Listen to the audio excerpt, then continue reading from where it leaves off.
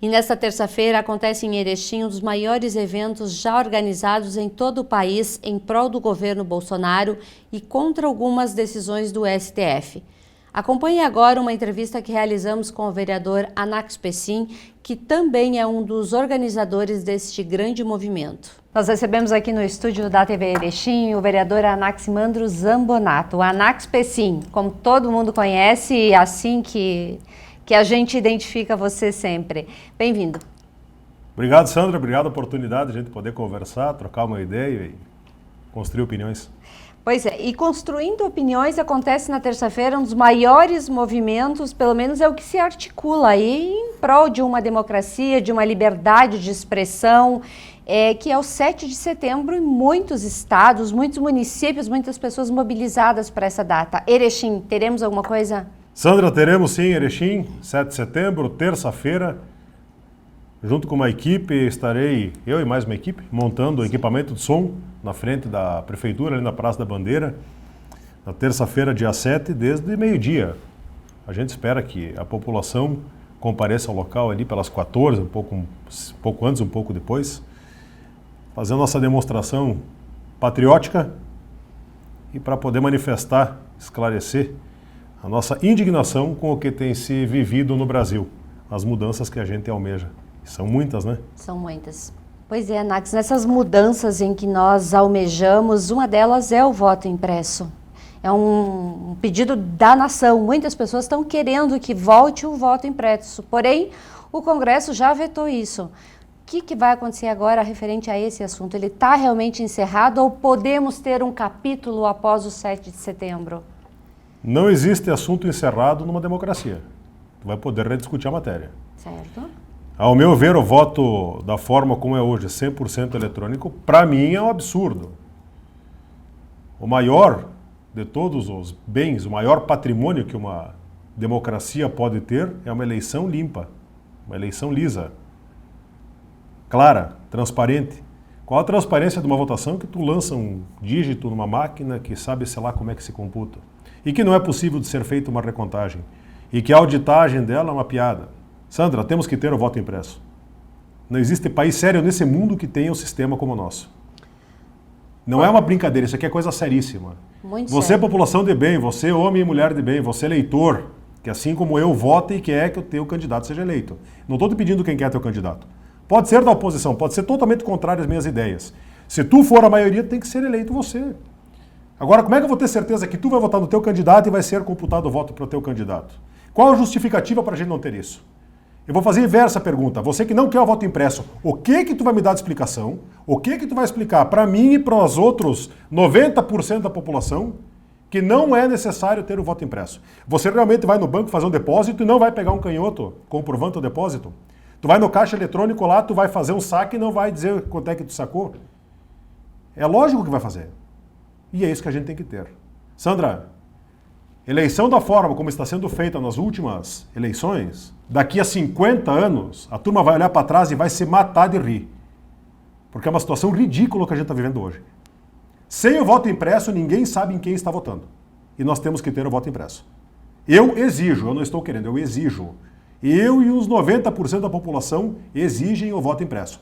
Tinha uma enquete no sistema, 92% queriam o voto impresso. Certo. Era 92,8, 93, 92. Vou arredondar para baixo porque eu sou bem tranquilo nas contas. Tá? Era quase 93%, só 92 queriam o voto impresso. Vocês dos 8% me explicam por que não pode ter voto impresso? É o custo? Se é o custo, tira o dinheiro do fundão que está resolvido o problema. Nós não vamos gastar 2, 3, 5 bi para botar a impressorinha em cada urna, te garanto. Pois é, e esse fundão partidário aí, como é que está essa questão aí?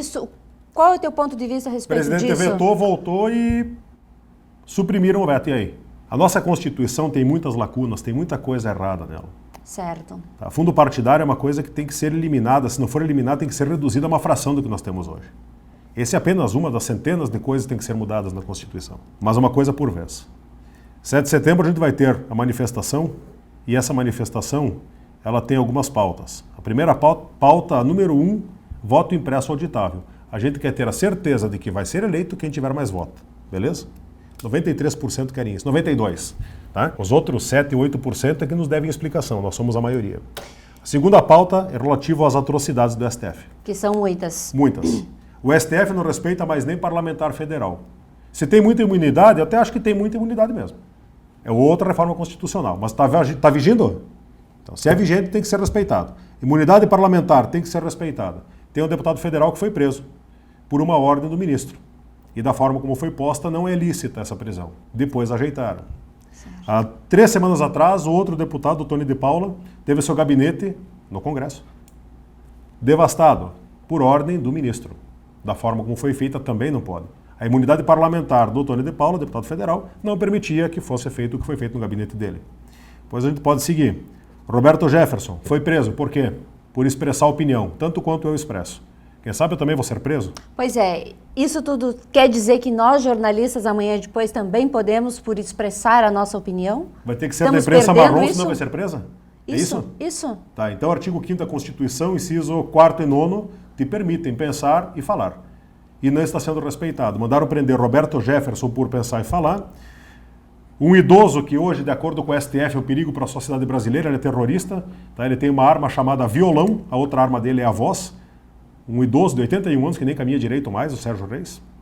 Um outro, até acho que falou um monte de bobagem lá, mas não chegou a cometer nenhum delito. Um caminhoneiro. Tá? Foi um pouco agressivo nas palavras dele, sim. Mas ser rústico, bruto na palavra, não vai ter que te levar à prisão. Correto. Se for, tô pego, né? Senão não vai ter cadeia para todo mundo? Eu tô na linha de fogo. Então. Essa é uma verdade. Ah. Esse movimento que acontece na terça terá pessoas normais, caminhoneiros, empresários, todas as classes estão unidas para que ele tenha força, tenha engajamento? Ouso dizer, se não for o maior, será um dos maiores eventos que o Brasil já viu. Cada vez que eu vejo um sistema aqui, eu fico apavorado com a quantidade de gente que está indo para Brasília. São Paulo vai ser um horror de gente que vai ter na rua. E aqui em Erechim também. Até aproveitar a oportunidade, já que tu me deste.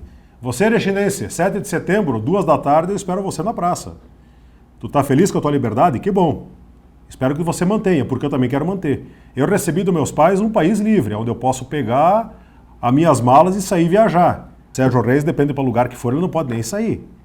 Até a liberdade individual, direito de ir e vir, inciso 14º do 5º da Constituição, para ele não vale mais. Tem impedimentos até no direito de ir e vir, por ter falado. Está feliz em poder falar? Que bom, então espero você na praça, terça-feira, às 2 da tarde. Porque se a coisa for do jeito que está, você só vai poder falar uma linha. Se você sair da linha, você vai preso. É isso que tu quer deixar para teus filhos? Não foi isso que eu ganhei dos meus pais. E não quero que fique para os teus também. Porque eu não vou aceitar que os meus piá tenham esse tipo de limitação. Para que tipo de mundo a gente quer ir? Para o estado de exceção? Vão fechar a rádio, vão fechar a TV Erechim, vão fechar todos os órgãos de imprensa e só quem pode transitar com informação é quem fala a língua daqueles que têm a caneta na mão? Essa aqui é a pior arma. E infelizmente o STF tem agido como uma instituição ditatorial. E o Rui Barbosa já dizia que a pior ditadura é a ditadura do judiciário, porque contra ela não tem a quem recorrer. Nós vamos deixar acontecer isso? Então esse convite já nem tem cara de convite, já está quase como uma convocação. Você, homem livre, se quer manter a tua liberdade, tem que ir para a praça. E não tem o que fazer. Não pode ir para Brasília? Eu também não pude. Então vamos fazer aqui. Você é amigo do interior? Os municípios da MAU? Não vai ter manifestação na tua cidade? Que pena. Erechim terá. Venha. Será muito bem-vindo. A autorização é de fechamento da Praça da Bandeira até a Praça dos Bombeiros. Tem noção do tamanho do volume que se espera? A motociata vai ser gigantesca. Pois é, ela sai de frente da Pecinha a partir da 1h30, o pessoal já vai estar lá se organizando para a saída. Sim, então, senhora. Se tem moto, já vai para lá. Não interessa o tamanho da moto. Isso aí, vai cedo para garantir espaço. Não interessa o tamanho da moto. Moto grande, média, pequena, não interessa. E não é pela algazarra, é pela demonstração de força. Ou se um amigo cidadão, de repente, motociclista, eu também sou motociclista, tá? Vai ter que pedir autorização para poder passear de moto, seguindo o ritmo que está indo, é isso aí que tu quer? Não dá, Sandra. É lamentável que a gente está vivendo em 2021. E são forças políticas. Tudo isso para tentar derrubar o presidente, mas eu não quero entrar em política. Só estou tentando manter as anomalias que o STF tem praticado ultimamente. É triste falar, mas infelizmente a gente está vivendo hoje, em 21, repressão que a gente não vivia antes. E pelos crimes de falar, de pensar, de raciocinar, de exteriorizar a sua opinião. Não dá. Marco temporal. Fale um pouquinho sobre esse assunto. O marco temporal está na mão do STF, de novo para mexer. Vou dar um exemplo típico daqui do lado de casa, aqui no Mato Preto. Como é que tramitou a tentativa de expropriação dessas 300 e poucas famílias? Montou-se um processo, e neste processo, com laudos falsos, sabia que os laudos eram falsos? Não. Sim, que tiraram o cemitério dos polacos lá para botar um cemitério de índio. Esse tipo de situação a gente vivia. E com base nisso tentaram desapropriar 300 e poucas famílias. Qual é que é a segurança jurídica que tem uma população do Brasil inteiro, onde a qualquer momento, com meia dúzia de laudos, tu consegue desapropriar famílias que estão lá 2, 3, 4 gerações? Simplesmente vai pegar, vai realocar alguém que comprou uma terra e pagou e está lá produzindo o pão de cada dia, que mantém a economia daquele município. Que segurança jurídica nós temos para isso? Chega. Já tem área indígena que chega no Brasil, são enormes, gigantescas, os direitos deles já foram reservados lá atrás, já tem terra que chega para eles e deu, basta. Eu espero que o STF não cometa mais uma gafe às vésperas do 7 de setembro para botar mais fogo na palha e mexer nisso aí. Eu, da minha parte, a área indígena já está resolvido o problema. Sim. E vamos parar por aí. Porque eu não posso aceitar que eu vá aqui no interior, aqui do lado, aqui, ó, 15 quilômetros em linha reta, e vá na casa de gente que está ali há 70, 80 anos, e vou ter que ver aquela família ter que ser despejada no lugar que é deles. Porque, em tese, um dia alguém esteve ali, que não é verdade. O laudo era falso. Tanto era falso que o processo, lá no passado, já foi julgado improcedente. Então, esse tipo de situação não pode mais nem ser levado ao embate. É matéria superada. Coloca a pá de cal em cima e acabou o assunto. Se esse movimento todo que está sendo organizado terça-feira não der o resultado esperado, o que nós podemos esperar do nosso país a partir da próxima semana, a partir dos próximos dias? Vamos supor que tudo dê errado e que se mantenha isso. E a insegurança jurídica que a gente passa a viver. Essa é a questão. Certo. Eu volto ao início do debate. Então, deputados federais só vão poder permanecer trabalhando se forem de uma determinada linha de postura. A Sandra só vai poder fazer entrevista de pessoas que pensem daquele jeito. Senão, no encerrar da entrevista, ou enquanto a gente grava, a gente pode receber uma visitinha por aquela porta. É isso que você imagina? A gente vai começar a ter limitação ao direito de ir e vir das pessoas? Nossa. Ou, de repente, de pegar o marco temporal, a gente recolocar esse assunto em comento. E quem sabe descobre aqui do lado do prédio aqui, encontra aqui um sepulcro de uma determinada pessoa e resolve dizer que o centro da cidade de Erechim era uma área indígena, de repente. São anomalias. A gente não quer um país anômalo, a gente quer um país sério. E no futuro próximo a gente tem que passar por uma reforma constitucional. Tenho insistido com isso muito. Temos que passar por uma reforma. Como é que se chegou à condição de ministro do STF? Qual o mérito de uma pessoa para chegar ali? Esse é um dos primeiros assuntos a serem tratados. O STF, que é o órgão supremo da justiça brasileira, tem que ser integrado por juízes de carreira. Aquele juiz que vem, não me interessa a cidade do Brasil, Justiça Estadual Federal, que passou uma vida trabalhando, que cresceu dentro da carreira do judiciário, que chegou à condição de desembargador. Dali que tem que sair o STF.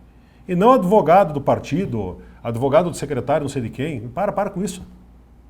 Da forma como está hoje, a gente transformou aquilo ali não exatamente em justiça, e sim na defesa de interesses. Cadê a isenção? Eu realmente espero que aconteça alguma coisa, que alguma intervenção tenha em alguns setores para tentar dar uma ajeitada. Agora, a solução de tudo, não. Infelizmente, não teremos. Não. A solução de tudo, algumas décadas. Nós queremos agradecer a presença do vereador aqui na TV e reforçar também que as pessoas participem desse movimento na terça-feira, que façam ele se tornar um movimento bonito, democrático, de pessoas educadas, sem agressão, sem briga, sem discussão, mas que seja um movimento que a gente possa se orgulhar de ter feito aqui em Erechim também. Obrigada, vereador. Sandra, muito obrigado por reforçar o convite e sim, com certeza, podem vir, será novamente um movimento ordeiro, famílias, gente de bem. Tivemos vários eventos desse mesmo grupo, nunca tivemos um único ato desagradável. A gente começa o evento e acaba o evento, não fica um papel de bala no chão. Não se cogita briga, quebra-quebra, botar fogo em estátua, isso aí não. Pode vir, vocês serão muito bem recebidos, tenho certeza que terão orgulho de ter participado. Les vejo dia 7 e 2 da tarde na frente da prefeitura aqui em Erechim.